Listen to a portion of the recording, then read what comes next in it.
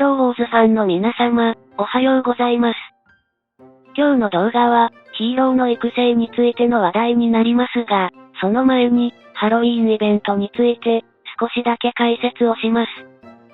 視聴者様の中で、ハロウィーンイベントのこの画面で、未だに、このキャンディーが表示されている人はおられますか？このキャンディーをクリックすると、2000個のお化けキャンディーをもらえるので、そのことをご存じない人がおられるようでしたら、ぜひ、試してください。さて、カーク信者は低予算で遊戯していることもあり、ヒーローウォーズの遊戯を開始してから1年6ヶ月目を迎えても、まともに育成できているヒーローを、7人しか所持していません。これまで、たった一つのメインチームだけで戦ってきましたし、今後もこの状態で戦いを継続する予定です。しかしながら、ギルド戦で確実に勝利ポイントを獲得するためには、特定の対戦相手に対して、カウンターとなるヒーローの育成がどうしても必要になります。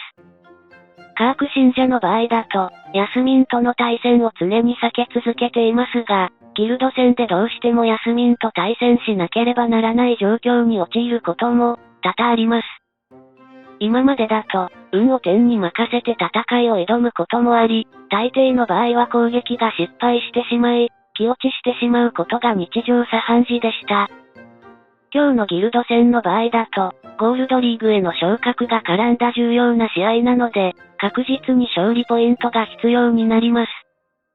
そこで、本日の対戦相手をアリーナで探したところ、幸運にも、ギルド戦の対戦相手を見つけたので、ギルド戦の本番の前に、実戦テストをすることができたのです。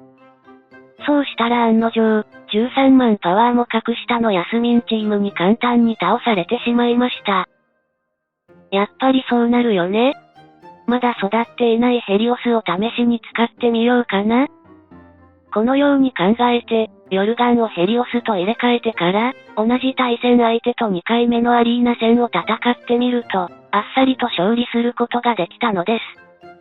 ヒーローウォーズでは、メインチームだけでもキャンペーンマップやペットアドベンチャーを十分に戦えますが、ギルド戦だけは、どうしても大勢のヒーローを所持している人が有利になります。ギルド戦の防衛拠点に配置するヒーローは、一組のメインチームでことが足りても、攻撃する際は、ある程度の手駒が必要になるのです。幸いなことに、カークやアスタロスの育成の終わりが見えてきたので、余った資源を、6人目や7人目のヒーローの育成に使うことができるようになりつつあります。率直な感想を話すよ。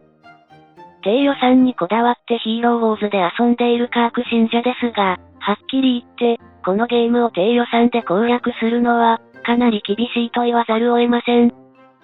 ブロンズリーグやシルバーリーグで遊戯を継続するのなら、そんなに不自由を感じることはないのですが、ゴールドリーグで戦う場合は、きついなぁと感じています。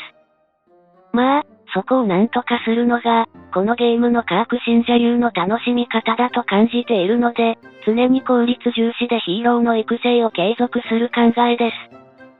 ただ、ヒーローウォーズの運営側は、あの手この手で課金に誘導しようとしていますし、その最たる例が、秋からスタートする新ゲームモードのギルドレイドだとカーク信者は考えています。あと数週間後には、ギルドレイドがスタートすると思われるので、これから先もさらなる試練が待ち構えていますが、引き続き低予算で頑張りたいと思います。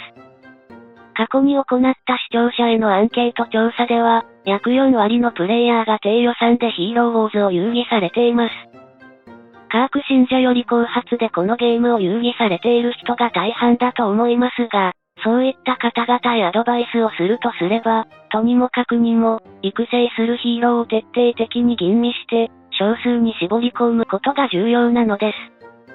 現状のヒーローウォーズの場合だと、ヘリオス、アイザック、ジェット、セバスチャン、オーロラなどが、